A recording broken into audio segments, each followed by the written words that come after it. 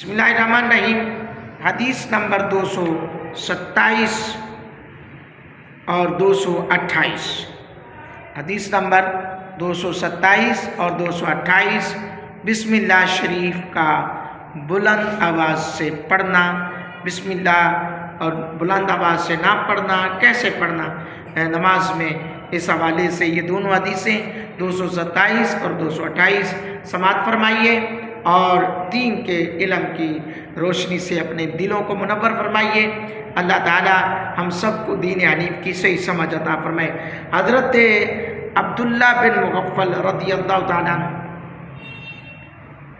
راوی ہیں اس حدیث کے، فرماتے ہیں ان کے صاحبزادے بیان کرتے ہیں، میرے والد نے مجھے سنا، میں اس وقت نماز میں بلند آواز میں بسم اللہ شریف پڑھ رہا تھا۔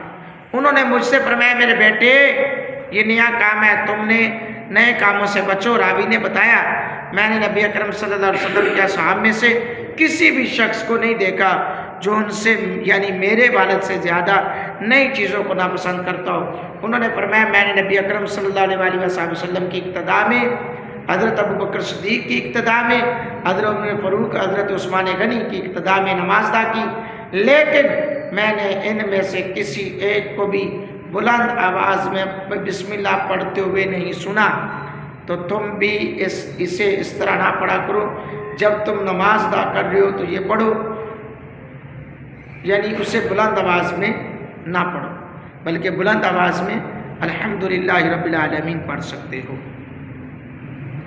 آگے جو بلند آواز میں پڑھنے والی روایت ہے، حدیث نمبر 228، حضرت ابن عباس رضی اللہ تعالیٰ عنہ بیان کرتے ہیں، نبی اکرم صلی اللہ علیہ وآلہ وسلم کا بیان کہ آپ نماز کا آغاز یعنی نماز میں قرات کا آغاز بسم اللہ الرحمن الرحیم بلند آواز میں کیا کرتے تھے۔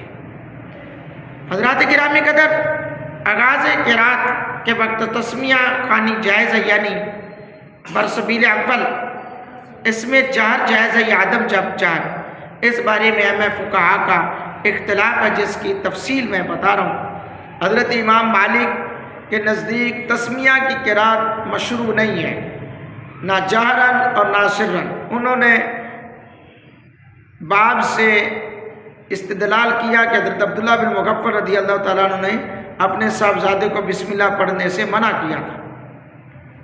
حضرت امام شافعی رحمۃ اللہ علیہ کے نزدیک تسمیہ پڑھنا مسنون ہے، جاری نمازوں میں جارن، سری نمازوں میں سرن، یعنی امام شافعی کے نزدیک بسم اللہ فجر کی نماز، عشاء کی اور مغرب کی نماز میں باواضح بلند پڑھنا جائز ہے، اور ظہر اور عصر میں آہستہ پڑھنا۔ حضرات گرامی قدر، امام اعظم ابو حنیفہ رحمۃ اللہ علیہ، امام احمد بن حنبل، امام اسحاق کا موقف ہے کہ تسمیہ پڑھنا مسنون ہے، خواہ نماز جاری ہو یا سری، لیکن تسمیہ کی سرن قرات کی جائے گی، یعنی سری قرات یعنی خاموشی سے۔